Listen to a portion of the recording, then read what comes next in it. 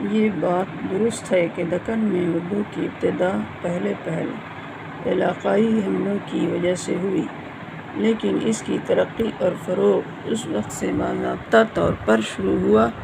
جب محمد بن تغلق نے دولت آباد یعنی دیوگری کو اپنا پایہ تخت بنایا۔ علاؤالدین خلجی کی فوجوں کے ساتھ دکن جانے والے بہت تھوڑے تھے،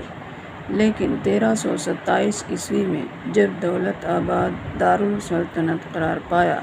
تو بحکم بادشاہ دہلی کی تمام رعایا دکن کوچ کر گئی، جس کی تفصیل ابن بطوطہ کی کتاب سفر نامہ ابن بطوطہ میں ملتی ہے۔ وہاں منتقل ہونے والوں میں ہر پیشے کے لوگ شامل تھے، فوجیوں کے علاوہ صوفی، تاجر، عالم، مختلف پیشے سے تعلق رکھنے والے سبھی تھے۔ ظاہر ہے کہ ان کے ساتھ ان کی زبان بھی گئی تھی، جو دکن سے اختلاط کے بعد ایک خاص لسانی شکل اختیار کر گئی، جسے ہم اردو کہتے ہیں۔ یہ بھی دلچسپ امر ہے کہ محمد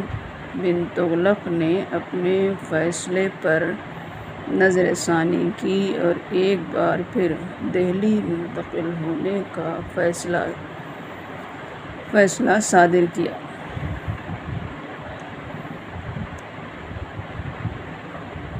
لیکن سینکڑوں خاندان واپس نہیں ہوئے اور وہیں رچ بس گئے۔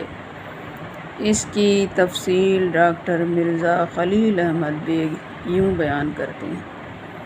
محمد بن تغلق نے اگرچہ سیاسی مصلحتوں کی بنا پر اپنا پایہ تخت دہلی سے دولت آباد منتقل کر دیا تھا، لیکن اسے جلد ہی یہ احساس ہوا کہ شہر دہلی کا ہی پایہ تخت رہنا زیادہ مناسب ہے، چنانچہ اس نے پایہ تخت کی منتقلی کا